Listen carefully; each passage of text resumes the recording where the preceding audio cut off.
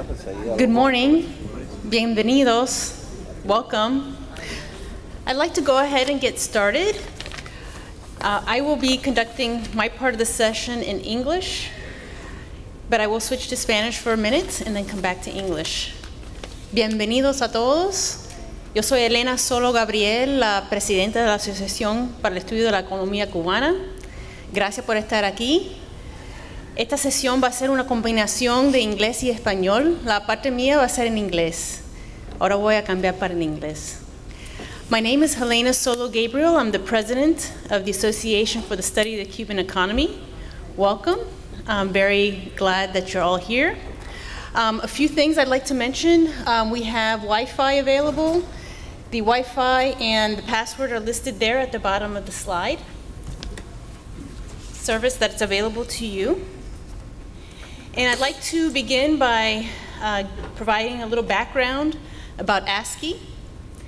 Our mission statement is listed here, which the purpose of ASCII is to promote research, publications, and scholarly discussion on the Cuban economy in its broadest sense, including the social, economic, legal, and environmental aspects of a transition to a free market economy and democratic society in Cuba. ASCII is committed to a civil discussion of all points of view. We do invite Cuban professionals to come and provide perspectives. We're very happy and proud that many Cuban professionals were able to come here. We welcome all points of view, whether independent or associated with the Cuban government, as long as there's an interest in discussing scholarly research on the topic of Cuba's economy. I'd like to also mention our webpage. Our webpage is ascicuba.org. It has a lot of excellent information in it. In particular, I'd like to emphasize the annual proceedings. The annual proceedings have been in existence since 1991. It's an incredible compilation of information and documents on Cuba's economy and related topics. There are over 1,200 publications in the compendium of the annual proceedings. It's a huge undertaking. It's a very impressive body of work. In particular, I commend the association for its 28 years to consistently collect these papers and archive them. I think it's an incredible accomplishment of a volunteer organization. Normally, volunteer organizations don't do this amount of scholarly work, and very proud of the organization for its consistent contributions to the literature over time. I also want to emphasize that the compendium is available. It's free of charge within our webpage. It has search engines. You can search by keyword, by author, and the papers will show up. And so I recommend that definitely go to the annual proceedings tab within ascicuba.org to look for the papers that may be of interest. I also want to emphasize that we now have ASCII proceedings are indexed in REPEC, which is a scholarly compendium available to libraries worldwide. And so all of the ASCII papers are available through REPEC. They are discoverable through libraries internationally. I also want to emphasize that this year, I'm very grateful as well to our webinar series. It was led by Jorge Luis Romeo. And this is the first year that we had a webinar series where we were providing presentations virtually to our membership and to others who may be interested in ASCII topics. Very grateful to Carmela Mesadago, who spoke in January about social welfare, Rafael Romeo, who spoke on currency unification in March, and Larry Katabacker, who spoke on foreign investment in June. We also like to thank our sponsors. We did receive modest grant from the Christopher Reynolds Foundation. Those funds went to support the Cuban professionals coming in from Cuba, and then also our student paper competition. In addition to that, we received support through the Cuba Study Group. The Cuba Study Group is sponsoring one of the Cuenta Propista panels. We also like to thank Proximo LLC, who is our webpage master, for assisting us beyond the call of duty Best Rents, we're very grateful for the audio. Click Event Online, doing the videography. And we're very thankful to DevTech System for all of the support in the registration, the name tags, copies of the program, and so on. Okay, our program will consist of a 2.5-day sequence of presentations. Some of the logistics I just wanted to mention. Today there will be a buffet lunch. It's pay on your own. It's $20 in the restaurant upstairs. It's buffet to get us going through a little faster. We also have a reception this evening right outside in the foyer area, right after the Carlos Diaz Alejandro lecture. Tomorrow there's a keynote lunch. Mark Sullivan will be speaking. There's a fee for the lunch of $45. And then in the evening we'll be holding our board meeting. Our board meeting is open to members and to those at large who would like to attend. What is different about this year? Is we have a student paper competition with worldwide representation. We have papers from Thailand, as far as Thailand. We have a virtual session, a student virtual session open to students, where students can come in free of charge and present and interact. We also have law sessions for CLE credit. And also this year, for the very first time, we have the Carlos Diaz Alejandro lecture that will be held this evening. I also wanted to acknowledge that outside we also have displays from La Herencia and also Books and Books. So we're here this year, but we were already planning for next year. We have next year's ASCII dates already set for 2019, so mark your calendars for next year. Our ASCII meeting will be held from July 25th through 27th, 2019. The venue is still to be finalized. It may be here, it may be somewhere else, but if you can save those dates for next year. At this point, I'd like to proceed with the plenary session. And during our session, we had 4 presenters scheduled. Frank Mora had an emergency and is not able to make it right now. He may be able to come in tomorrow, so you may be able to interact with him, but he had an emergency this morning. So we will be having 3 presentations. I would like to begin by introducing our first presenter. Elena? Yes. Sorry, you mentioned that. Oh, yes, very important. Yes. This year, during our board meeting, we wanted to make sure that all of our new members were acknowledged. So if you notice on our name tags, we have different symbols. We have a red dot. That means that we're going to the lunch is paid. But then there's a triangle, I believe. And if it's a triangle, it means that you're a new member. And we ask all existing members to go up to the new members and introduce yourselves and talk about ASCII and encourage participation in future years. So everyone with a triangle, welcome to ASCII. All right, so I'd like to go ahead and proceed on with our plenary session, and by first introducing Omar Everleni Perez Villanueva. Omar Everleni received his PhD in economics from the University of Havana in 1998. He's a full professor and the former director of the Center for the Study of the Cuban Economy at the University of Havana. Omar has given more than 300 lectures in different Cuban centers around the world. He's served as a visiting professor at Harvard and Columbia Universities and at the Sorbonne in Paris, France. He has served as a visiting scholar at the Federal Reserve Bank of Atlanta.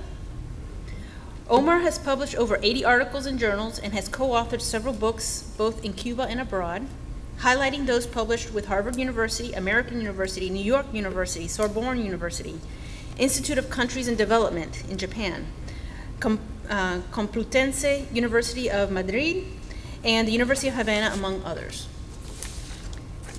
Omar, would you like to come up and...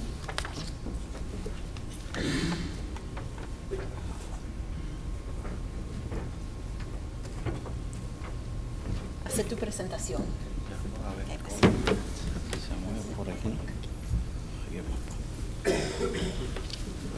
Bueno, realmente para mí es un placer encontrarme en una nueva edición de ASCII. Realmente es un motivo de orgullo estar aquí, dado que durante mucho tiempo no nos permitían estar aquí. Y ya por lo menos tenemos la posibilidad de expresar nuestros criterios. Yo le llamo a la presentación mía los retos económicos del nuevo gobierno en Cuba. No puedo estar en un lugar fijo, porque pensé que había un marcador, pues regresaré. Yo le llamo los retos económicos del nuevo gobierno de Cuba. Estos retos económicos significa que si no se avanza o se trabaja en eso, seguiremos diciendo cada año los mismos factores que siguen estrangulando a la economía cubana. Es decir, Cuba tiene deformaciones estructurales y que hay que resolver esos desequilibrios estructurales. Lo primero es que hay bajo crecimiento económico. No sé cuándo logremos salir de la meseta del 2% como promedio en los últimos años, porque ya este primer semestre que acaba de culminar se vuelve a crecer solo al 1,1%. No sé si se escucha así. No, por la grabación. Ok.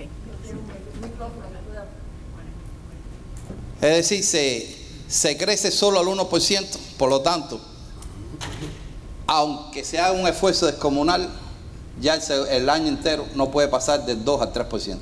Sigue siendo un crecimiento muy bajo.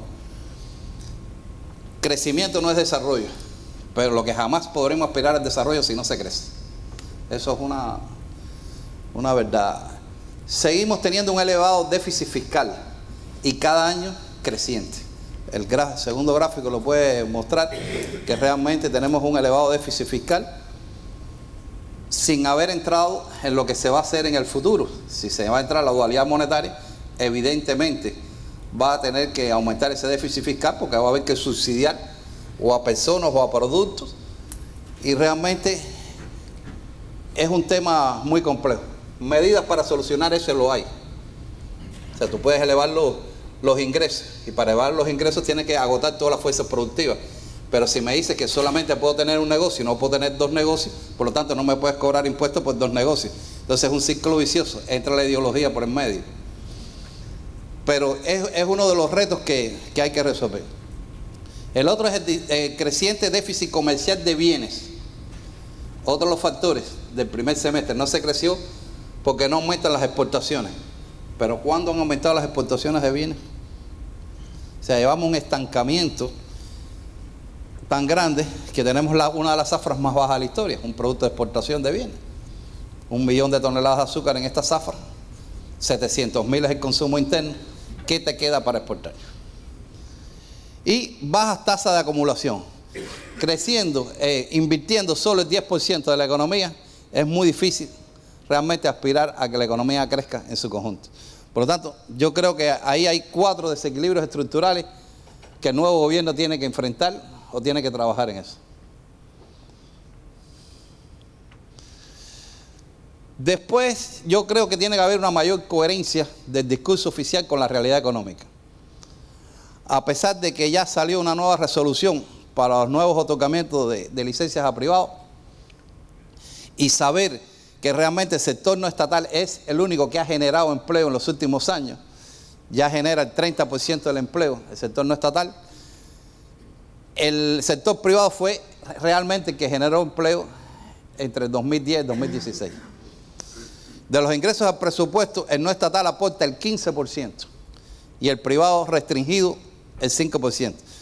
Pongo restringido porque no todas las labores se pueden realizar autorizadas. Por lo tanto, ese aporte podría ser mayor si se ampliara el número de licencias. Y la nueva resolución lo único que está haciendo es formalizar lo informal.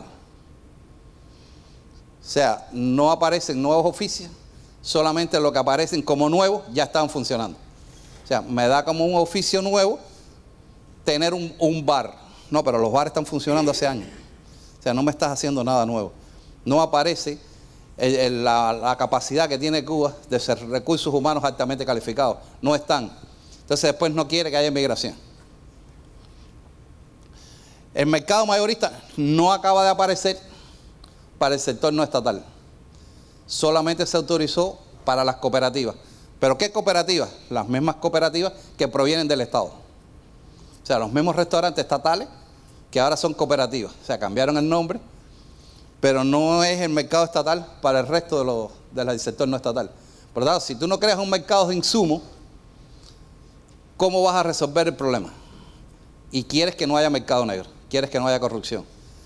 Entonces, vas ahora, a partir de ahora, que todas las transacciones del sector no estatal en la nueva resolución tienen que ser por tarjeta magnética.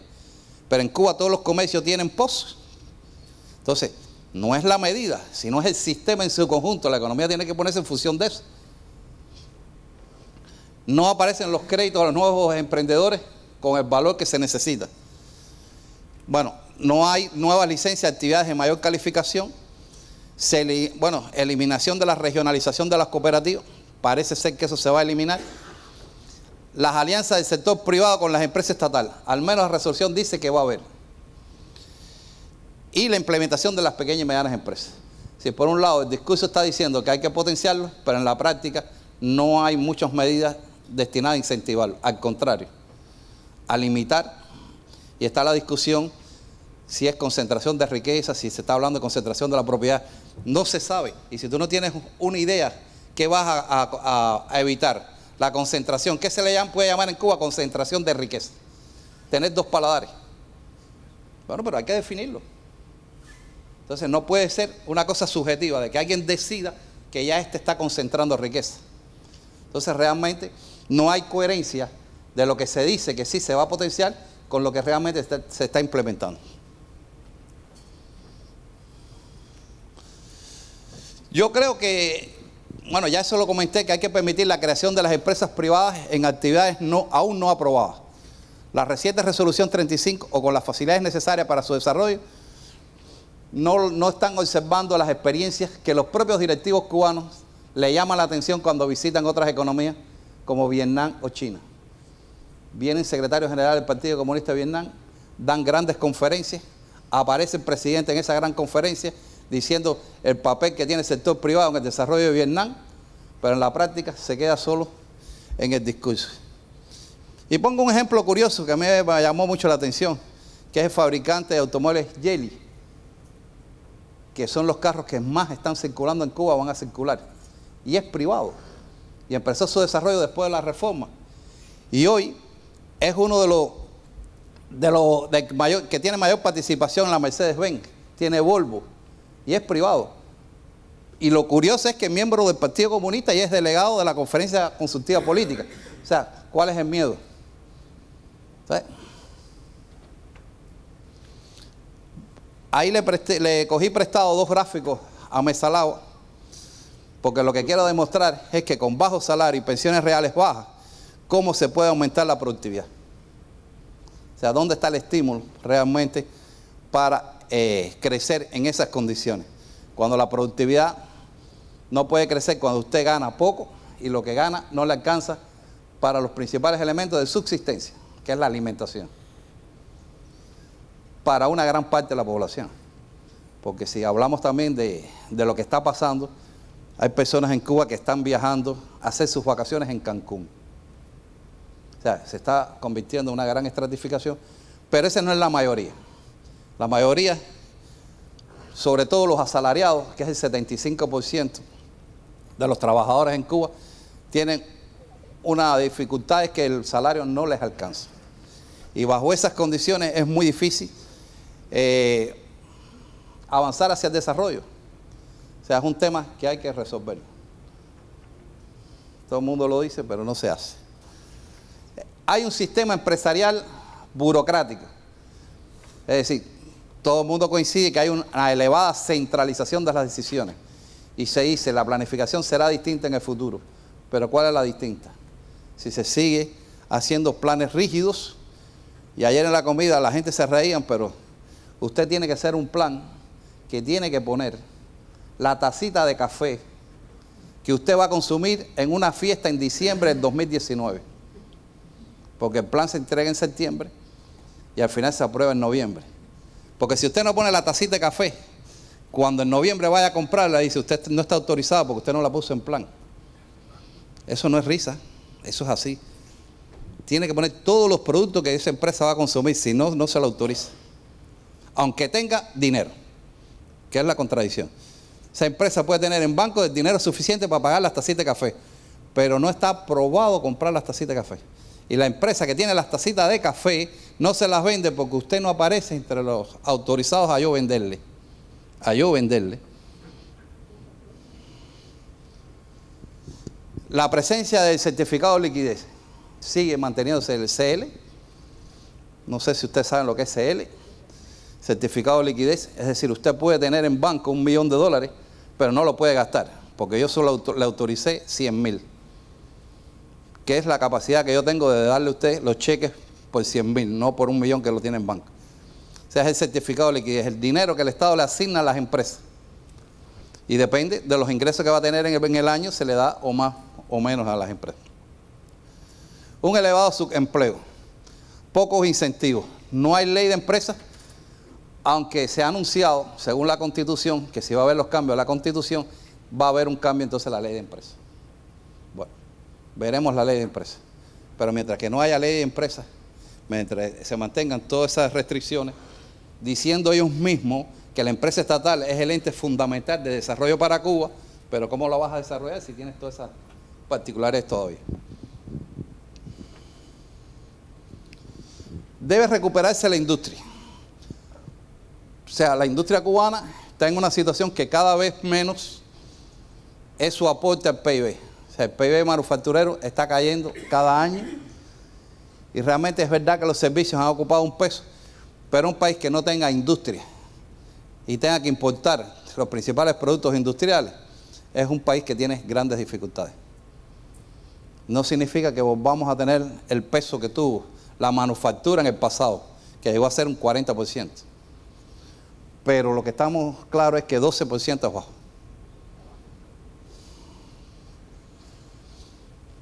Esta es una solamente mención porque después se va a hablar de la agricultura. La reforma de la agricultura no ha dado los resultados esperados.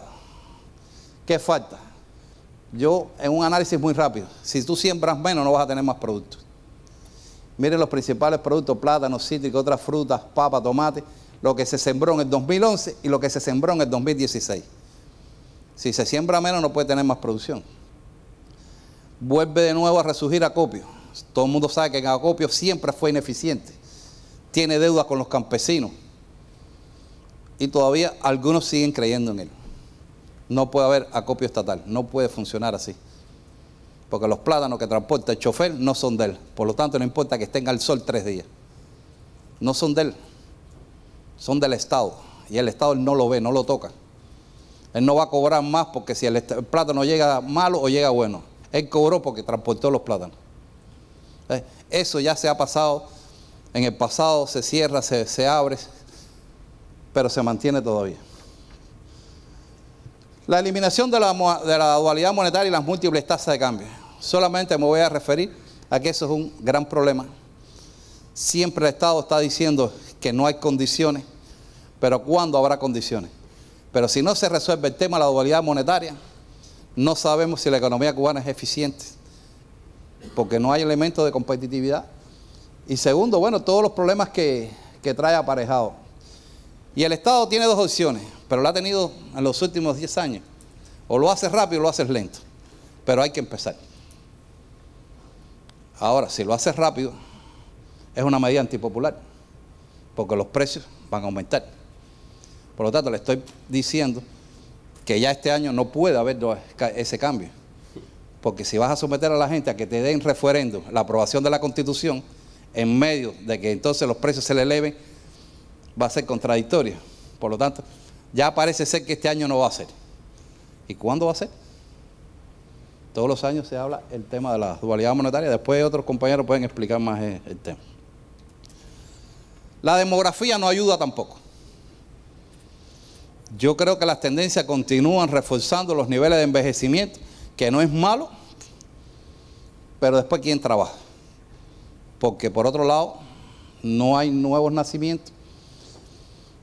Hay un tema ahí ya empezó el año 2017 a decrecer la población cubana y va a continuar decreciendo. Es decir, ya la población cubana llegó al tope que se había podido lograr. A partir de ahí va a haber una disminución. Ya con 60 años y más tenemos el 20% de la población cubana. Y tendencias que continuarán llevando a que en 4 o 5 años sea el 25%. Ya de 0 a 14 años, 16,5, o sea, ahí se invirtió. y una esperanza de vida alta, que es bueno. Vivimos más, pero ¿quién nos da la comida para vivir más? Eso es uno de los retos, es ese gráfico. O sea, por lo tanto, cada vez menos vamos a tener fuerza de trabajo. Una variable importante. Es decir, está decreciendo la fuerza de trabajo. Por lo tanto, hay el factor que podrá hacer crecer la economía es la mecanización, la automatización, etcétera, etcétera. Y no parece ser que con invirtiendo un 10% solamente vayas a... O sea, son ideas de fotografía de cómo está la situación de la economía cubana hoy. ¿Cuáles son los grupos vulnerables que está encontrando el nuevo gobierno? Los adultos mayores. Las familias que tienen un adulto mayor. Una familia que tenga una persona de más de 80 años en la casa es un problema. Por lo menos en Cuba. No hay home como hay en este país. Realmente hay muchos problemas. Los sectores productivos decisivos como la industria y la agricultura están impactados por la migración y el envejecimiento de la población. Hoy el campo cubano tiene muy pocos trabajadores y te encuentras trabajadores hasta de 90 años todavía en la agricultura cubana, que sabemos que no van a seguir. La ciencia y la tecnología están impactados por la migración también y el envejecimiento de sus efectivos. Y a la vez baja estimulación a sus trabajadores, es lógico que emigren o se descalifiquen. Es decir, un ingeniero, chofer, un ingeniero con una casa particular de renta, pero es ingeniero. Hay población de color de piel mestiza y negra, es un tema también que... Y los grupos sociales menos favorecidos por la creciente estratificación social. O sea, un maestro de primaria ganando 325 pesos. ¿Cómo está la calidad de la educación a futuro? Ya sabemos que no está buena. ¿Cuál es el factor que te dice que no está buena? Que ya tienes que poner maestros repasadores a cualquier nivel. Antes era para entrar a la universidad. Ahora, a nivel de secundaria y de preuniversitario, hay que poner maestros repasadores. Jamás yo vi eso en Cuba. De que en la secundaria y en el pre tuvieras un profesor que fuera a la casa, le tuvieras que pagar $1 por clase. Te está diciendo el futuro cuál será. Otro de los problemas que no han podido resolverse, ni en los últimos años ni antes, es el déficit habitacional.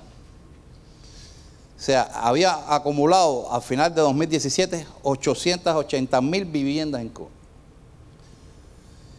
A pesar de que hay un esfuerzo importante por parte del Estado, solamente se construyen 23.000 por año. ¿Cómo resolver ese problema? Es un problema que hay que resolver.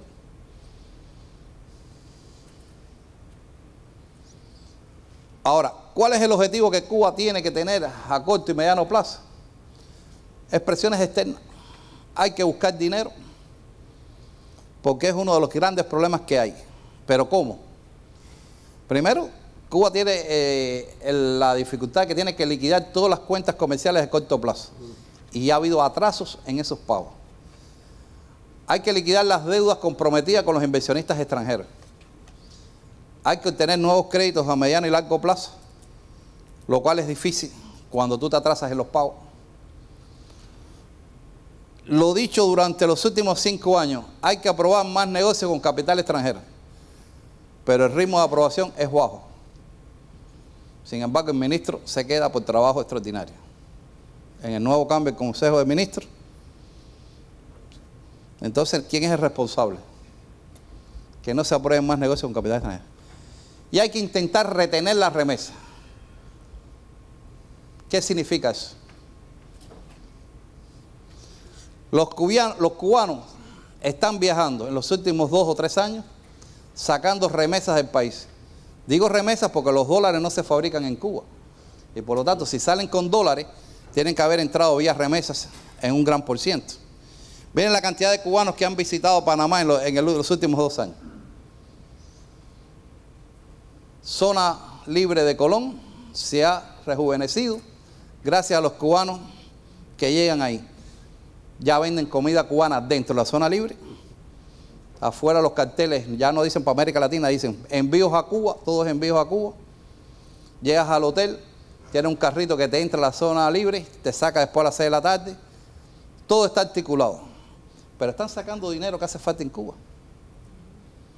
¿Por qué Cuba no puede ser una zona libre como Colón?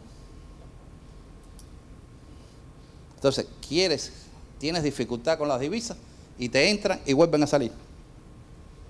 Entonces, ahí hay que pensar. Bueno, los retos que tiene el país al externo, bueno, se mantiene el bloqueo. Aunque yo pongo, la administración Trump retoma la vieja retórica contra Cuba, en la práctica no se ha eliminado nada de lo que se avanzó. O sea, los vuelos siguen llegando, etc. Pero ahí no es una variable de expansión como se pensó en 2 o 3 años. Hay cambios de gobierno en América Latina. A favor o en contra, no sabemos, pero hay cambios de gobierno en América Latina. Ha habido propuestas beneficiosas de la Unión Europea, China y Rusia. Y Vietnam ahora aparece como nuestro gran salvador. El primer concesionario en la zona especial de Mariel, con una gran área, y es uno de los grandes inversionistas. ¿Qué debería mantener el gobierno? El camino que se emprendió de cambio a la matriz energética. No puede ser que Cuba, solo energía alternativa, sea el 4%, y el resto de la energía eléctrica se produce con petróleo. Yo creo que sí ha habido avance hacia la informatización de la sociedad. Lo he podido comprobar. Ya me pusieron internet en mi casa. Para mí es una gran noticia. Para la gente que llevan 15 años con internet en su casa, eso no es una noticia. Pero sí realmente ya hay un cierto avance. Ha habido acuerdos en la rama biotecnológica con Estados Unidos, que parece ser que se va a mantener. Y yo creo que Cuba sí debería seguir pagando las deudas después de los efectos de la condonación. Yo creo que eso es algo que... Ahora, el problema del tiempo. No hay tiempo. La noción a 5 años y más no será entendida por la generación intermedia. Y Cuba habla, no, para el 2030, como si en 2030 todos podríamos estar con la misma edad de ahora. Los nacidos después de los 60 están llegando a los límites de su mayor aporte productivo al proceso. Ya están llegando casi a la edad de jubilación. Y los nacidos después de 90 tienen menos esperanza en el modelo actual.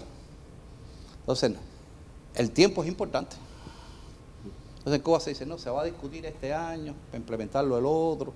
Bueno, y todo es para adelante. Y vamos a ser desarrollados en el 2030 y crecemos al 1% en el 2018. Entonces, es un factor que yo creo que es importante. Y tenemos un nuevo presidente. ¿Será distinto? ¿Será igual? ¿Hace lo mismo? Yo sí creo que tiene un nuevo estilo de dirección. La forma que dirige es totalmente distinta. Muy operativo, tiene vínculo con la población. Se reúne con sectores estratégicos, con los ministros encargados de un área, con la inversión extranjera, el turismo. Y hace recorridos por los territorios con condiciones totalmente distintas de lo que se había conocido. Ahora, eso significará que ese nuevo estilo de dirección se concretará en lo que es medible para los economistas, crecimiento económico, etc. No sabemos, pero al menos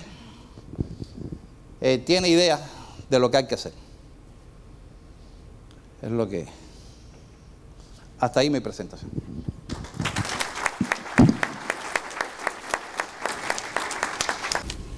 Yes, we will hold the questions for the end. The next presenter is Mario Gonzalez Corso. He's a president at the Department of Economics and Business at Lehman College of the City University of New York, CUNY. He's also an adjunct faculty member at Columbia University. At CUNY Graduate Center, he serves as a faculty fellow in the Cuba project at the Billner Center. And he is a contributing editor on the Cuban economy for the Handbook of Latin America Studies published by the Library of Congress. His research and publications focus on economic reforms in transition economies, with a particular emphasis on Cuban agriculture and the emerging non-state sector. Mario? Thank you, Elena.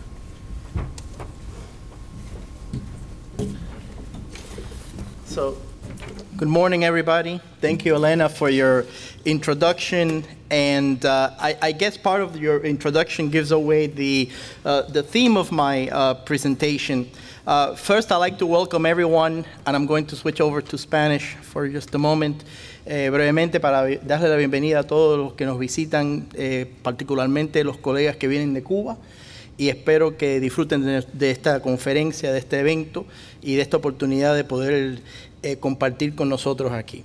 So I'm switching back to English, and the title of my presentation is Cuban Agriculture After a Decade of Reforms. And so I'd like to talk about several aspects of Cuban agriculture here, but really the premise of my presentation is that Cuba is by nature an agricultural country, right? So for those who study the Cuban economy, we look at the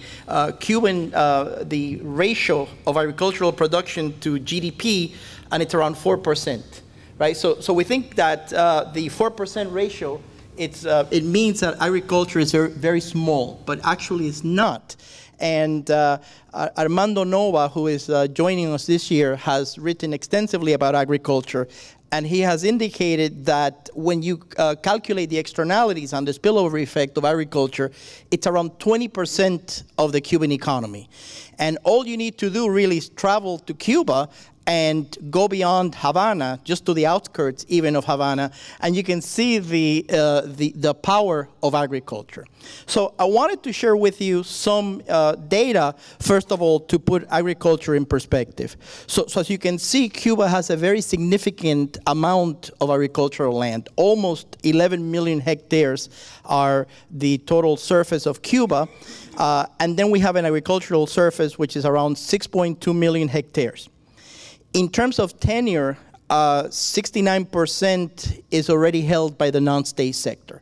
And of course, by the non-state sector, we are referring to the cooperatives and to the private farmers. And you can see here the breakdown of the distribution of land in terms of tenure. Okay, so the private farmers and the credit and service cooperatives, cooperativas de crédito y servicio, they have around 36%, 37% of the agricultural surface.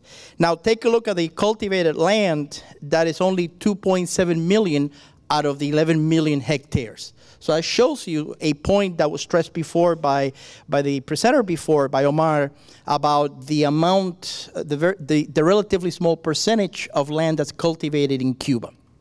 Okay, so here you can see the breakdown of the land that's being cultivated, and as you can see, the non-state sector actually has around 81%, it's actually 80.9% of the cultivated land in Cuba. So out of the 2.7 million hectares that are cultivated, 80% of that it's by the non-state sector. So it shows you the magnitude of the non-state sector in terms of its contributions to agriculture.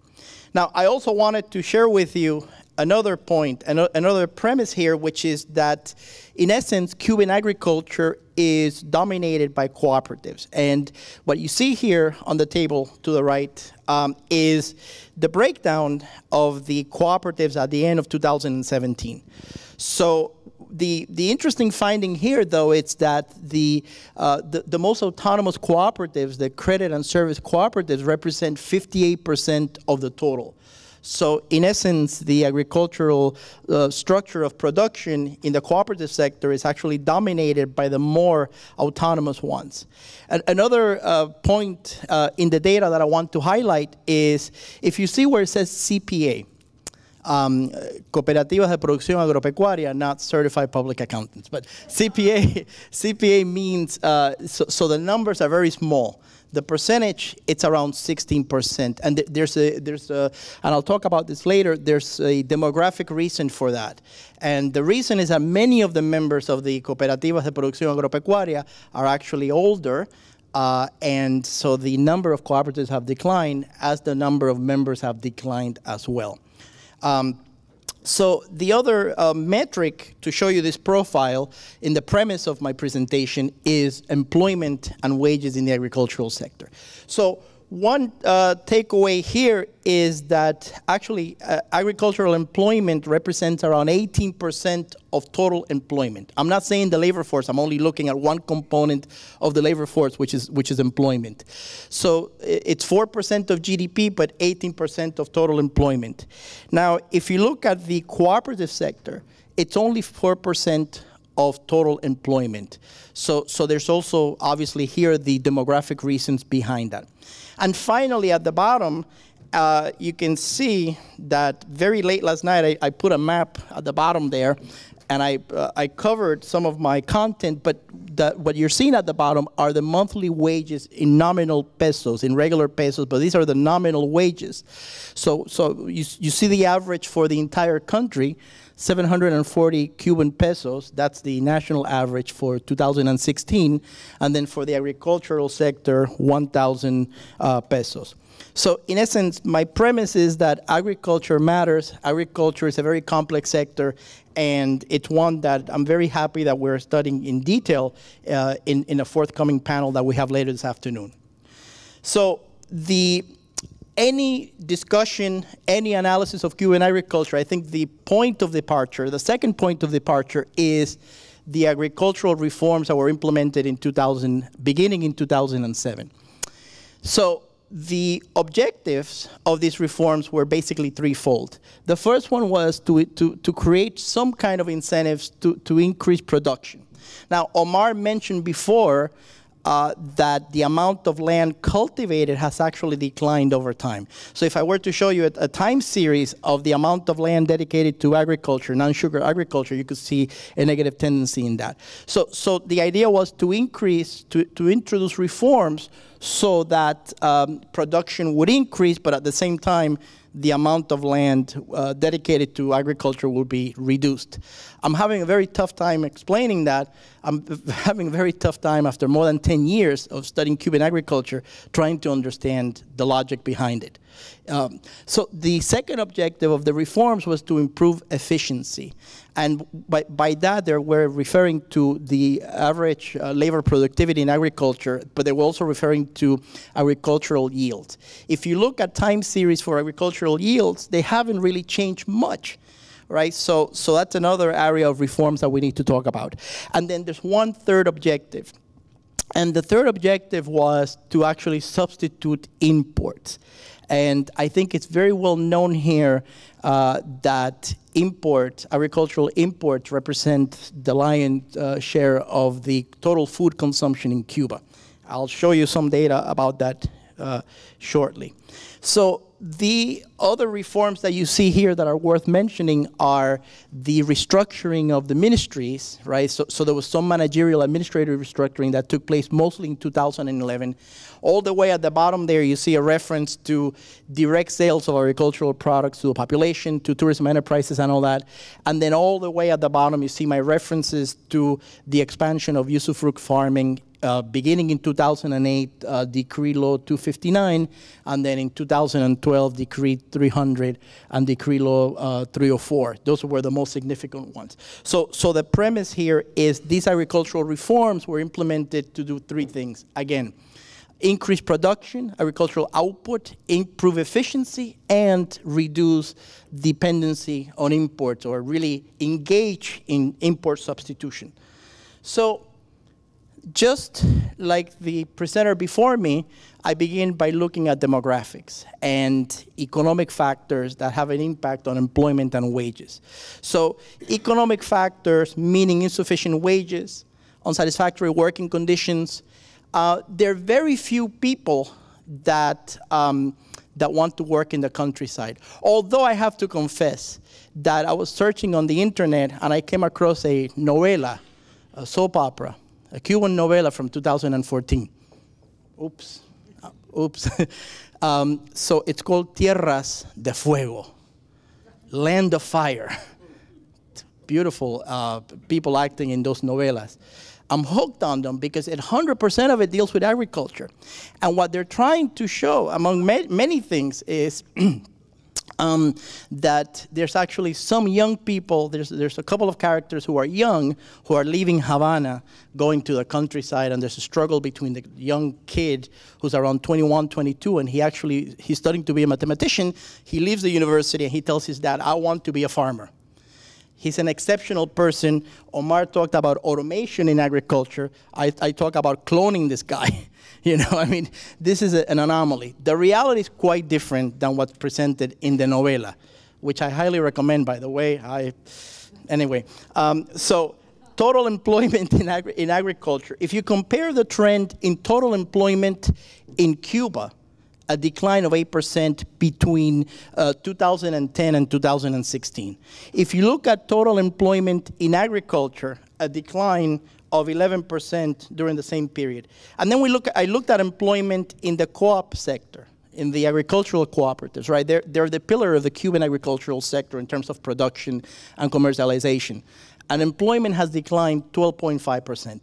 But it's not just economic reasons, it's actually demographics that were mentioned before, the aging of the population, and the fact that that's having an impact on agriculture. Now, as a percentage of total employment, more or less agriculture remains the same, around 18%. And then what I show you here is the other piece of information is the usufruct farming. Around 150,000 farmers accounting for around 18% of agricultural employment. So my point is that it's very hard for a country to increase production, to improve efficiency, to substitute imports when you're facing these demographic and economic headwinds in agriculture. So supposedly the reforms are supposed to have a positive impact on employment and on wages, and you can see here that hasn't been the case. Another point that I wanted to make was about land, right? The tenure of land, or land tenure. And so I do have to make a clarifying distinction here that when people talk about land, 80% or so much in the held by the non-state sector, I think we have to be clear about the semantic differences. In this case, I'm referring to land tenure, not ownership. Ownership ratios are very different, but you can see actually significant changes in the tenure, in the composition of land tenure in Cuba between the state sector and the non-state sector between 2007, the beginning of the reforms, and 2016. So clearly, yes, the non-state sector has a greater percentage of the tenure of land in Cuba. It accounts for a greater percentage of output, of agricultural output. It also accounts for a greater percentage of agricultural employment, obviously, as well. So in a sense, the reforms, I read some people refer to them as, you know, another agrarian reform, changing property rights in farming. I think they're missing the point here. It's really not a change in the property structure, it's just a change in the tenure and the terms of tenure. These contract rights that are well known in other economies that went from socialism to capitalism, for example, were expanded. And that's in essence what Cuba has done with the expansion of usufruct farming. So it's not really a radical change in the property structure. So then we look at production. And I keep saying that one of the objectives of the reforms was to stimulate increases in agricultural production. Now, what I regret not doing here is showing you the amount of land cultivated by crop. I do that someplace else, but I couldn't find room in this presentation to do it. And what you'll notice, obviously, is that correlation between changes in production and the amount of land cultivated. But so I simplify my presentation, and I show you two things here. One is different crops in the non-sugar sector where you can actually see increases in production. And then in figure number 2, you see different crops in the non-sugar sector where you see decreases in production. And I made some comments about that. And I correlated the increase in production with the tenure by the non-state sector, meaning that you can actually find positive correlations between tenure of land and the amount of land held and the increases in production in those crops in which the non-state sector accounts for more than 80% of output. So that's an important finding, I think, because that finding shows you that even though it's constrained, the non-state sector it's more productive, obviously, than the state sector. Now, if you're looking at figure number 2, you may be wondering, well, tobacco production is actually done by private farmers for the most part. But that's an exceptional crop. That's Cuba's principal export crop. So, but you can see tobacco production almost flat during this period. So now we get to the center of the Cuban agricultural economy, the center of the Cuban idiosyncrasy, one of the pillars of our national and cultural heritage, sugar, right? And in sugar, I thought that it would be very useful to talk about the trends that you're seeing here. So what are the trends that you're seeing here? Well, in the sugar sector, I show you two things. I show you production and the number of operating mills. Well, those two have to be positively related, right? So if there's a decrease in the number of mills, production has to decline. I know I try to be creative, and I have a picture of a graph with a sugar mill in the back that seems to be functioning, and another one that doesn't seem to be functioning. But I hope you can see the numbers that I'm referring to here. If we look at sugar production, right, and you take two periods, right, 1990 to 2018, and I chose 1990 for the obvious reasons. 1990 is the beginning of the special period. It's the end of the Soviet era. It's the beginning of the new era. And I also, by the way, I also show you there 2002. So 2002 is when the restructuring of the sugar sector really takes place. And I show you that data. And so if you look at 1990 and 2018, in terms of production, in 1990, production was around 7.1 million metric tons a year. That is sugar production. That is more than the production today of Mexico, more than the production of other countries like Thailand, Australia, and so on, that today produce way more sugar than Cuba. So production in 1990, even at the beginning of special period, Cuba was still a significant player in the sugar market in terms of output. If you look down at figure number 4, the number of operating mills, I went back to the future.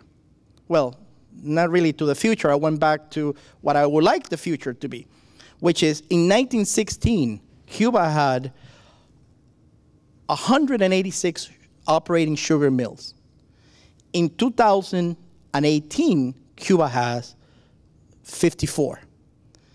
Out of the 54, not all of them participate in the sugar harvest in the Zafra. This is also something that we need to be aware of when we look at sugar statistics for Cuba. But in terms of the number of mills, I wanted to highlight a couple of things. 1959, the beginning of the Cuban Revolution, 161 operating mills. 1990, 156, so not much of a change in absolute or real terms. By 2002, at the end of 2002, 71 operating mills. 2018, again, 54 operating sugar mills. So you can see the total decimation of the sugar industry, and I'm only choosing two very well-known metrics, production and the number of mills. For 2018, 40% lower production than last year. And then I went and I tried to find some of the reasons why. And I looked at sources in the Cuban media, I looked at sources in the literature, I looked everywhere to find out why Cuban sugar production kept going down. And I found a common denominator. A common denominator that, quite frankly, every time I read about it or I see a reference to it, I cringe, and that is weather. Every single time sugar production goes down, it's weather, weather, weather, weather. Condiciones climáticas, it's weather. Climatic conditions in English doesn't sound, it sounds dangerous. But weather, weather, and my question really is, what about the rest of the world that's subjected, sugar-producing countries that are subjected to weather conditions or to adverse weather conditions, as the Cubans like to say. So in terms of agricultural production, In sugar, this is, I'm not speaking of industrial yield, but agricultural production. And when you look at agricultural yields, Cuba has one of the lowest in the world. Take a look at the numbers that we have here. For example, in Latin America, Peru, 128 tons per hectare. Guatemala, 96 tons per hectare. Dominican Republic, 80 tons per hectare. The global average is somewhere between 65 and 76. And so Cuba is way below the average. Cuba is somewhere between 24 and 42.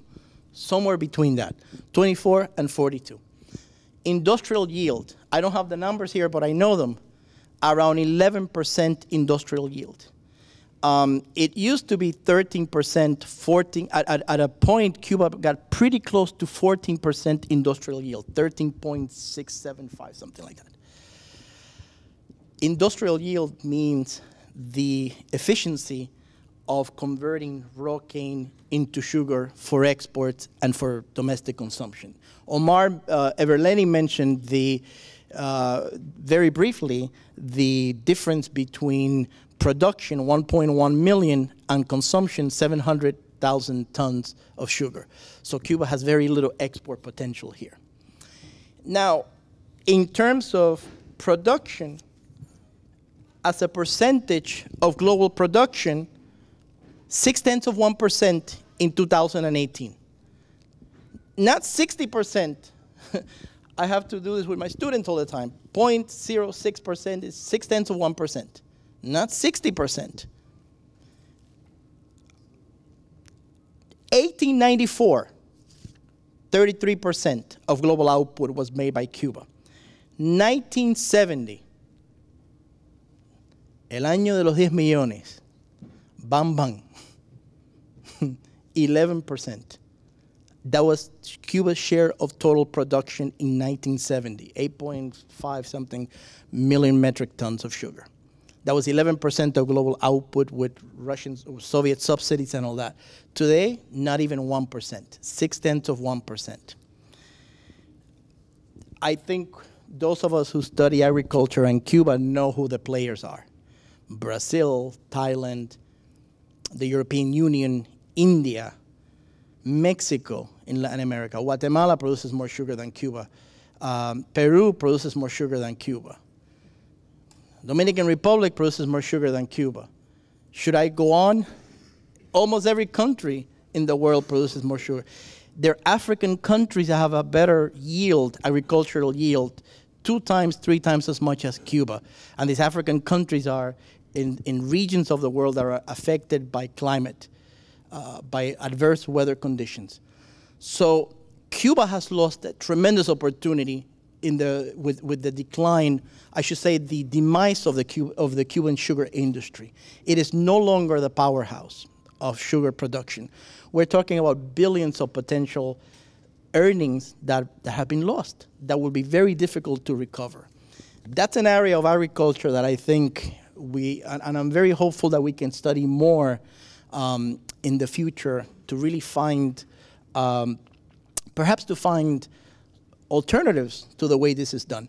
Let me finish with sugar by saying that 2002 was supposed to be the turning point of sugar. Okay, it was supposed to be the restructuring, redimensionamiento del sector azucarero, the restructuring of the sugar sector. And 2002 was supposed to be a new era for Cuban sugar where production would be consolidated and mills would be consolidated and the industry would go through a normalization process. What that really means is that, as you can see from the trends, sugar is going down completely.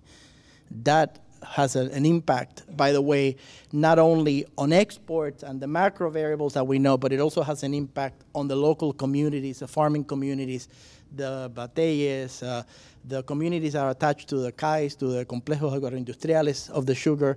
The demise of the sugar industry has had continues to have a tremendous impact on the Cuban economy in many different ways, okay? So, food imports and exports. One of the reasons behind the reforms was to substitute imports. And people all over the world, including many in academia in the United States, thought this is a wonderful idea. But I have to say that there was a book edited by Carmelo Mesa Lago back in I think it was 1994 or something like that. I was in primary school back then, but I read the book. And Cuba after the Cold War. And those people who think that export substitution would be successful with these reforms did not read the chapter about the food program, el programa alimentario. There's a chapter about the food program where he details all the policies and all the reform measures and everything else that was impacted. And then all the way, in a very systematic way, as Carmelo tends to do, he outlines the failures of those reform policies to achieve what was actually tried again in 2007. So if you look here, in red you can see the imports, in green you can see the exports. These are obviously not volumes, these are values. Okay, what are the key takeaway points here? So Cuba imports around 80% of their agricultural and food products. I want to make a historical comment about that, because a while back I read an essay by a Cuban economist, Oscar Pino Santo, who in 1960 wrote El imperialismo yanqui en la economía cubana. And Pino Santo was insulted and appalled that back then, according to him, because of latifundio and capitalist exploitation and all the deficiencies of the Cuban Republic, Cuba used to import 30% of its food and agricultural products. And that was an insult. That was unsustainable. That was the worst thing in the world. Now it's 80%, approximately. It's 80, 82, we can debate that. And so it tells you that in 60 years, the degree of dependency has almost tripled for Cuba. This is the degree of food dependency. Some people refer to it as food insecurity because the country has to depend, in this case, depend on the United States for a significant portion of imports. That's another point that I wanted to make here. So the reforms are supposed to help the substitution of imports, but in 2017 alone, Cuba imported around $255 million of agricultural products from the United States, even though there's a blockade, an embargo, sanctions, whatever you want to call it. So the level of dependency after 2000, after the Trade Sanctions and Reform Act of 2000, has really increased quite significantly. And I mean the level of dependency on the United States as a principal supplier of food. And I know there will be a panel later dealing with that topic, but the bottom line is that Cuba has not been able to succeed in substituting import. I mean, it's impossible to substitute imports when your agricultural production is going down, when the area harvested is going down, when efficiency is going down, and when you really don't make enough to feed the whole population. So then I want to move on and take out the crystal ball and think about, what are the prospects for the future? So I think we all know that since the collapse of the Soviet Union in the early 1990s, the Cuban agricultural sector has been affected by declining productivity, declining efficiency, declining levels of output, not only total factor productivity, agricultural labor productivity, but also yields, declining yields. So the Cuban agricultural sector also has been affected by, we have to say it, by planning, by central planning, by inefficiencies of central planning, by excessive regulations, bureaucratic constraints, decapitalization, the flight of people away from the agricultural sector because of demographic reasons and economic reasons that we mentioned before, and so on. And so so Cuban agriculture, of course, weather conditions. And so I'm going to say that Armando Nova, who's here with us, has for many years articulated in a very succinct way the three principal issues confronting Cuban agriculture. And he writes about the need to achieve the full realization of property. What that means in English is the freedom or the flexibility for producers to determine what to sell, when to sell it, and what prices to sell it. He also writes about the necessity to recognize the role of the market as a complement to the state in the whole planning and economic coordination process. And then, of course, a third issue is this absence of a systematic approach to create linkages between agricultural production and all the components of the supply chain. I'm paraphrasing because I have 5 minutes, right? So I'm paraphrasing. I will go a little bit further to conclude. I promise I will conclude. I will go a little bit further than that, and I would say that to get to sustainable levels of production, in addition to increasing the amount of land dedicated to agriculture, I mean, 2.7 million hectares out of 11 million, that has to go up. In addition to cloning the kid from the telenovela that I watch, who went to the countryside, in addition to doing that, Cuba has to do a whole bunch of things. So one of them is expanding private property rights. Okay, we all know that. We all know that has an impact on agriculture. They need to open the agricultural sector to foreign capital.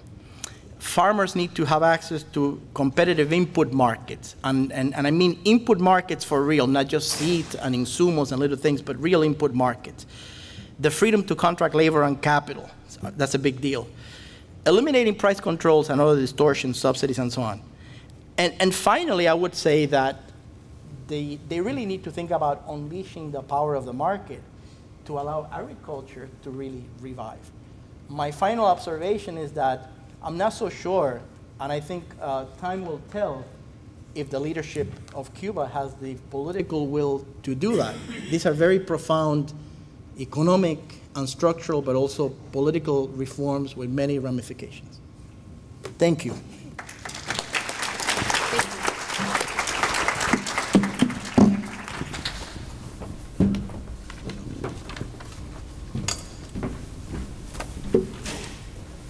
Thank you, Mario. Our next speaker is Dagoberto Valdez. He's an agronomist by profession. He was a professor of ethics and civics for 12 years in the Formation Center of the Catholic Diocese of Pinal del Rio. He is the director of Coexistence Studies Center, Centro de Estudios Convivencia, an independent think tank within the island. He is a founder of the Vitral magazine and of the Convivencia magazine. He was a member of the Pontifical Council for Justice and Peace. Dagoberto.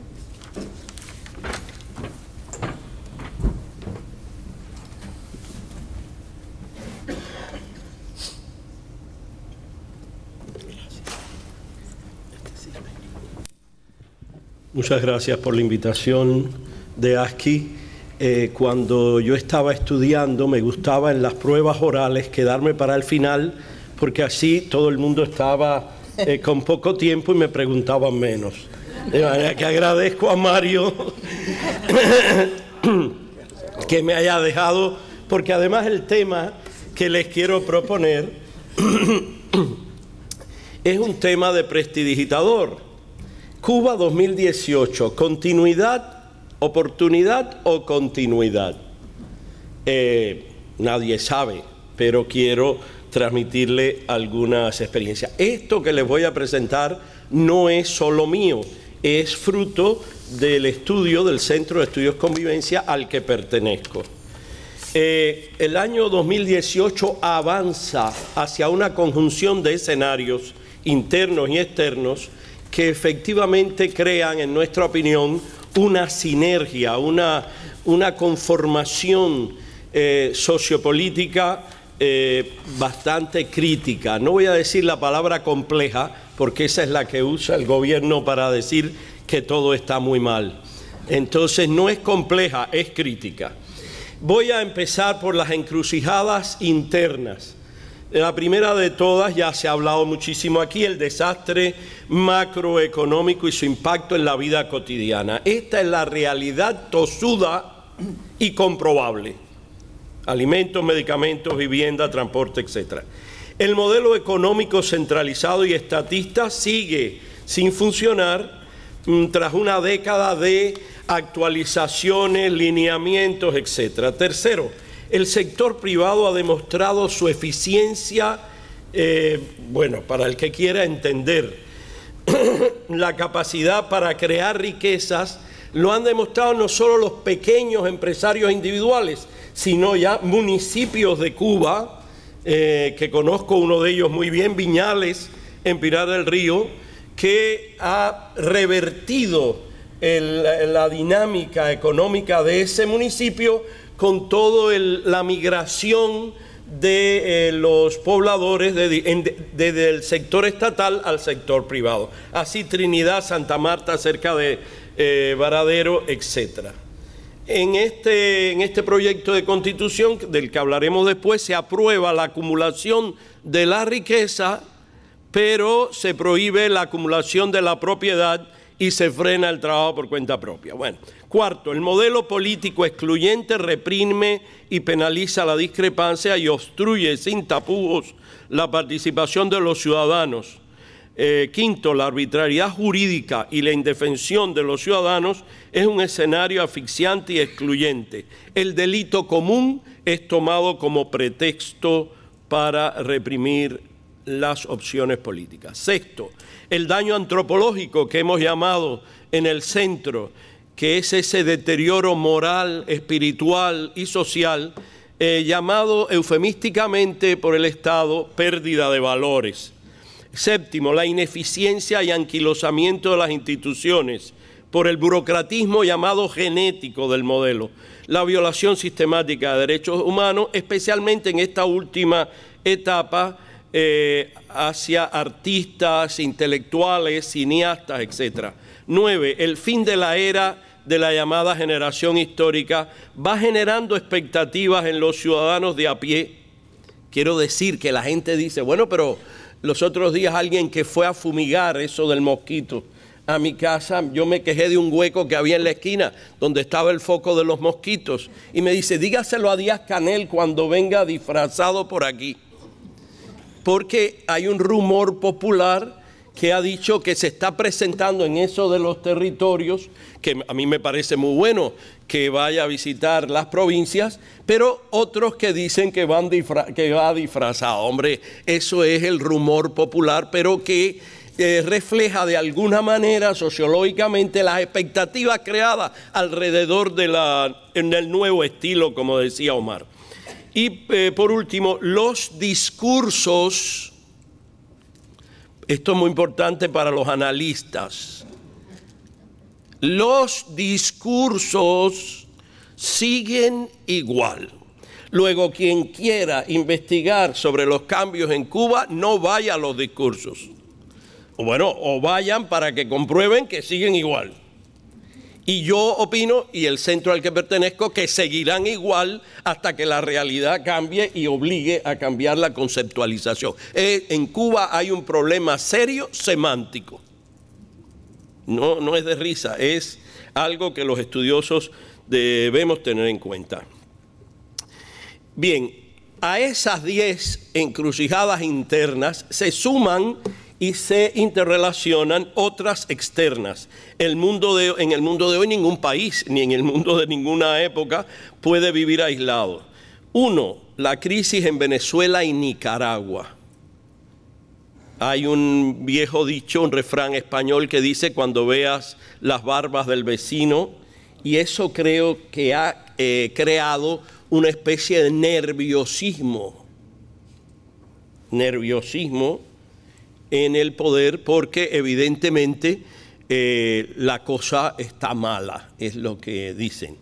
2, el retroceso en el proceso retroceso nominal, los discursos, también sirve para este lado, en el proceso de normalización de las relaciones. Estoy de acuerdo totalmente con Everleni de que lo que se mantiene es también el discurso, pero la realidad está igual que en el deshielo.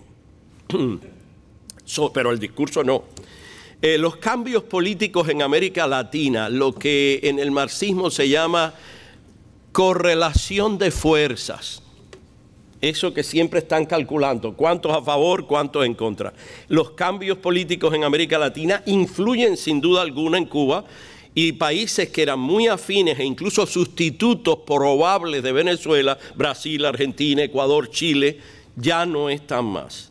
Digo, están, pero a la derecha. El retroceso de las relaciones comerciales con China, que hay que pagarle a los chinos, ¿eh? Eso.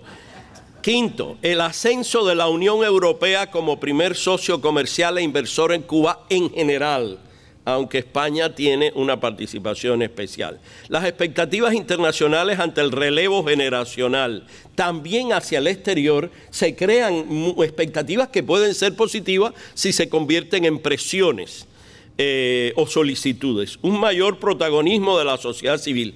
Sin duda alguna, aquella idea en que se confundía sociedad civil con oposición política está siendo superado gracias a la represión del Estado. ¿Por qué digo esto? Porque la represión es ahora de banda ancha. Y entonces es reprimido no el opositor histórico tradicional, sino el artista, el músico, el cuentapropista, el cineasta, etc. Y estas personas lo primero que dicen es: yo no tengo nada que ver con la oposición, Entonces es otro sector que es propiamente sociedad civil que ha tomado un mayor protagonismo. La sinergia entre todos estos escenarios internos y externos, como les decía, ponen una situación crítica, inédita y compleja como nunca antes, en nuestra opinión, como nunca antes, porque en el momento de la caída del campo socialista y la Unión Soviética, vino enseguida, después del periodo especial, para salvarnos Venezuela, pero tal como aparece ahora, pues no va a haber sustituto a no ser que México. Bueno, eso es un signo de interrogación. Las respuestas del gobierno, ¿cuáles podrían ser? Recuerden que esto es un panorama sociopolítico para que cada cual saque sus propias conclusiones. Pues tres por lo menos. Uno, el atrincheramiento y el inmovilismo que conduce al desastre y a la violencia, es decir, a la pérdida de todo. Ese puede ser un escenario. El segundo, el modelo vietnamita. Reformas en lo económico, atrincheramiento en lo político. Unos momentos antes del cambio de presidente, hubo una visita oficial del primer secretario del partido de Vietnam, no del presidente de Vietnam, del secretario del partido. Y en una conferencia en el aula magna de la Universidad de La Habana, dijo esta frase textual que me he aprendido como en el catecismo. La economía de mercado por sí sola no destruye al socialismo. Pero no se puede construir un socialismo próspero y sostenible sin economía de mercado. Cierra la cita. Recuerden esto porque para mí es la clave teórica, venida ya no del campo socialista y de la Unión Soviética, sino del nuevo paradigma que es Vietnam, y se ve claramente que se prefiere Vietnam antes que China. Después ustedes verán por qué. Y tercero, pues la más deseada en nuestra opinión, la apertura y las reformas que serán, Dios quiera, graduales, ágiles y profundas, que conducirían a un nuevo modelo. ¿Qué está pasando en Cuba con la presidencia de Díaz-Canel? Esta es la pregunta. ¿Cómo se decía antes? La pregunta de los 100 millones o algo así. De 64.000. Gracias, Silvia. La respuesta de los cubanos. Voy a hablar de la respuesta de los cubanos de a pie en la isla donde yo vivo. También algunos de la diáspora con los que trabajamos. Y de muchos observadores internacionales. La top 10 hay que esperar. Cuando usted le pregunta, no, hay que esperar. Y yo estoy de acuerdo con eso. Pero no esperar así, esperar a la calenda griega. Después hay un pequeño sector, estoy hablando dentro de Cuba, que dice, todo va a seguir igual. Aquí nada va a cambiar, esto es eterno. Bueno, yo no sé si aquí la gente piensa así, pero en Cuba hay gente que piensa así. Esto es eterno, eso es lo mismo, allí nada va a cambiar. Y un tercero, que son las personas más bien del ámbito académico, personas que piensan, religiosos, que dicen, no, es un abanico entre el continuismo y la reforma gradual. Un diapasón. Nadie, creemos, ni la cúpula ni la base tiene hoy la certeza de lo que pueda ir ocurriendo en esta situación nacional e internacional tan crítica para el poder. nadie, yo creo que ni el poder, quisieran que ocurriera esto, pero la situación no es fácil. Con continuismo es inviable, como han dicho mis antecesores en el panel, es inviable salir de la crisis. No se trata, y aquí quiero hacer esta precisión que parece baladí, no se trata de tener o no voluntad política. Se trata de una necesidad, filosóficamente hablando, política de sobrevivencia. ¿Voluntad parece ser, si nos guiamos por los discursos y algunas actitudes? No, pero necesidad es más que evidente. Con el continuismo es inviable. La elección está también en cada ciudadano que es sujeto de soberanía y es muy difícil ejercer este derecho en regímenes totalitarios, pero no es imposible. La historia reciente en Europa, África y América Latina lo prueban. Lo que parecía imposible hace solo 30 años en todos estos continentes ha cambiado. Lenín Moreno, Angola, etcétera, etcétera. Ahí vienen los pesimistas y nos dicen, sí, eso es verdad, pero Cuba es diferente. No sé quién lo habrá decretado, a lo mejor Omar Berleni. Pero Cuba sí es diferente, como todo el mundo es diferente. Ahora hay condiciones externas e internas que son también diferentes. Bien, eso sería bueno comentarlo. Les quiero dejar algo, un instrumento de trabajo, y este sí es el final, no voy a decir. Y para finalizar, un instrumento de evaluación crítica. Dijimos que la mayoría de las personas optan por la respuesta hay que esperar. Pero nosotros creemos que hay dos formas de esperar. Una espera pasiva y una espera vigilante, activa, propositiva. Nuestro Centro de Estudios Convivencia ha publicado ya 6 informes estudiados entre la isla y la diáspora sobre cómo quisiéramos la visión de distintos sectores, economía, marco jurídico y tránsito constitucional. Está en nuestra página web lo que nosotros creemos que debe ser el tránsito constitucional, agricultura, medios de comunicación, cultura, educación, porque creemos que es la etapa de vigilancia activa y propositiva. Y hemos definido o propuesto por lo menos, digo por lo menos porque evidentemente habrá otros, 10 signos vitales para ir evaluando la realidad cubana. Eso de que vamos a ver qué está pasando, necesita presión, temperatura, pulso, que es lo que usan los médicos para ver si el enfermo se cura o empeora. Y entonces estos son los 10 puntos que propone el Centro de Estudios Convivencias para la evaluación del camino que queda por recorrer en Cuba. Primero, disminución de la represión de banda ancha y libertad de los presos políticos. Esto siempre tiene que ser el primer signo vital porque precisamente es la larga y antigua lucha del inicio de la oposición y de los derechos humanos en Cuba y por lo tanto nosotros quisimos rendir un tributo a esa larga lucha poniendo en primer lugar la disminución de esta represión de banda ancha. No parece. Yo quería ponerle, como en los periódicos de ahora, una flechita para abajo y una flechita para arriba, pero se los dejo esa tarea a ustedes. Segundo, la conformación del Consejo de Ministros. Eso era lo pospuso, lo debió haber hecho en la primera sesión y lo pospuso para la segunda. Algunos pensamos, ¿por qué lo pospone si todo allí está planificado?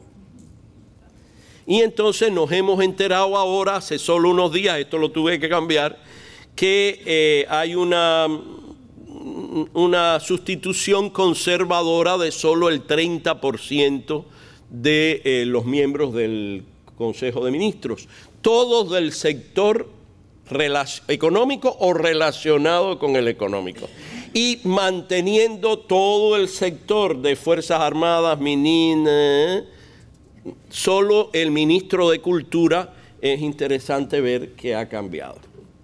Segundo, son más jóvenes, porque todos, cumpliendo la nueva disposición que va a venir en la Constitución, tienen menos de 60 años al comenzar su periodo de mandato. Y más tecnocrática, puede ser una renovación conservadora, joven y tecnocrática. Tercero, pero hay que seguir midiendo cómo van a seguir los cambios. Tercero, otra forma de medir la apertura al sector privado. Ahora ha habido un frenazo del trabajo por cuenta propia, eso que se inventó de unificación, etcétera. En el fondo evaluamos que es un frenazo, porque empezando que se legaliza la acumulación de riqueza, aunque no la propiedad, y se prohíbe que haya 2 licencias de trabajo por cuenta propia, ya de eso se habló. Entonces, ¿cómo vas a abrirte al sector privado? Habida cuenta y amén de que esa lista, lo que proponemos nosotros es abolirla, porque es penoso que tantos años después todavía haya una lista y los que estamos fuera de la lista no podemos ejercer el trabajo privado. Y segundo, la autorización para la acumulación de la riqueza y la autorización de la propiedad privada mixta y cooperativa, que no oí aquí el comentario de que ahora se permite que empresas privadas hagan empresas mixtas con el Estado. ¿No es así, Omar? Bien, tú me dices lo que me equivoco. Modo de enfrentar las consecuencias de la unificación de la moneda, de la que se habló aquí. Es el problema eje. Y se pospone y se pospone. Ya este año yo estoy de acuerdo contigo. Con un referendo ahí a las puertas no se va a poder. Pero hay 3 cosas que se pueden ir midiendo de alguna manera. El modo de enfrentar las consecuencias. Quiebre de empresas, desempleo creado por ese quiebre de empresas y la crisis social que viene del desempleo por el quiebre de empresas. Así que esos 3 elementos están concatenados. El quinto signo vital, la forma en que se combinen y equilibren los caminos para salir de la crisis económica. 1. Mayor apertura y seguridad para la inversión extranjera con participación de los sectores público y privado, de lo que no se ha hablado. Y segundo, desarrollo de las pymes con capital cubano o extranjero. Si la inversión extranjera, como hasta ahora, tiene la preeminencia y el desarrollo de las pequeñas y medianas empresas sigue frenado, aquí va a haber un modelo muy raro, que sigue siendo como demasiado en la altura de las grandes empresas, de lo que siempre se criticó como transnacionales, etcétera, y las pequeñas y medianas empresas, que para nosotros el Centro de Estudios Convivencia sería el camino del empoderamiento del pequeño empresario, pues se ve que está desfavorecido.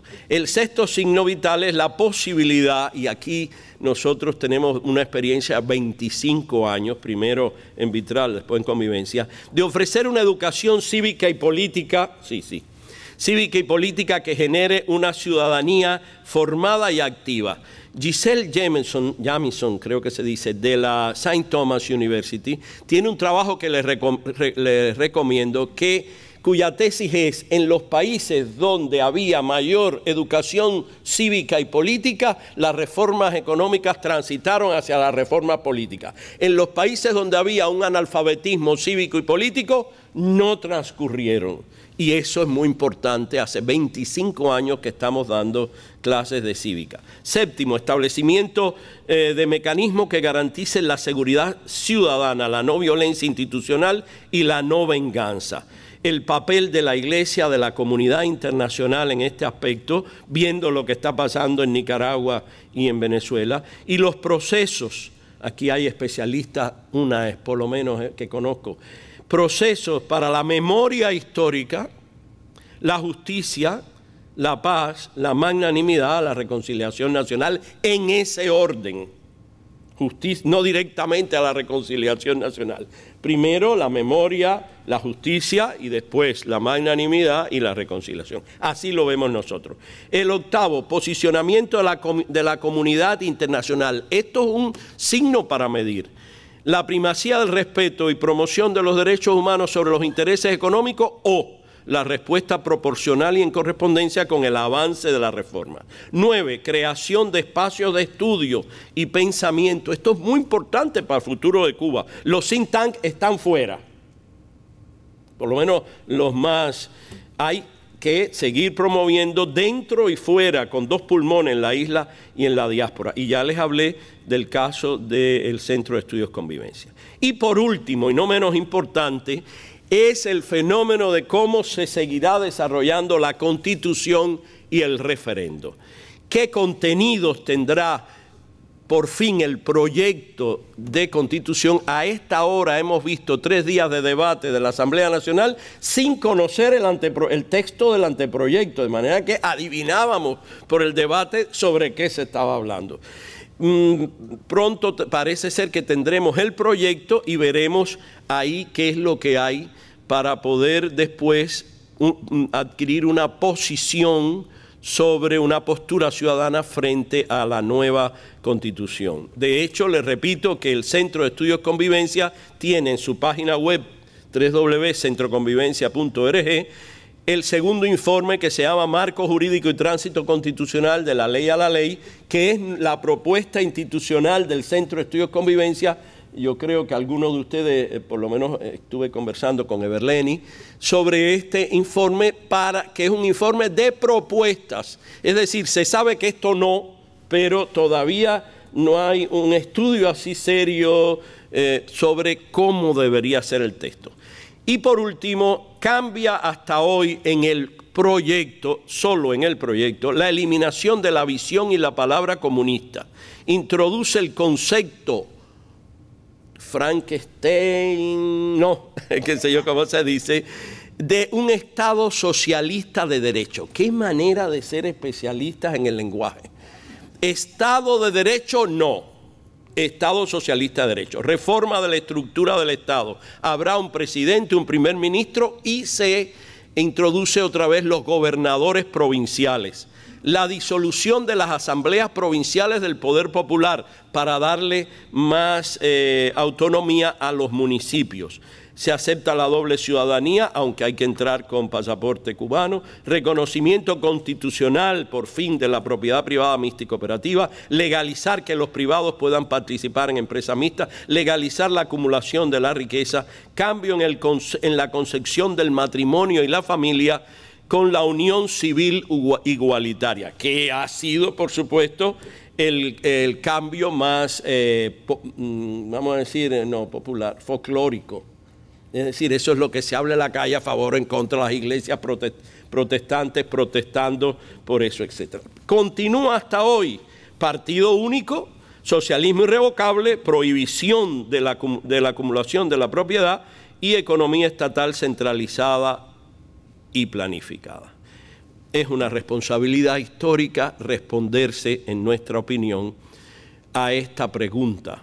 Cuba, continuidad u oportunidad. Para nosotros, las dos es lo que está ocurriendo en una pugna soterrada entre el sector que quiere la continuidad y el sector que quiere la renovación. La que creemos que tiene la última palabra es la tosuda realidad de la crisis existencial. Y esa es muy difícil de esconder. Muchas gracias.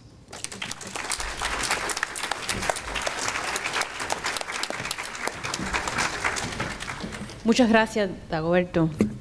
We have run out of time. So we're exactly out of time. So I would like to ask, if you have a question, you can come up during this break and ask the speakers your question. Thank you very much. Excellent session. Thank you to the speakers. Thank you, everyone.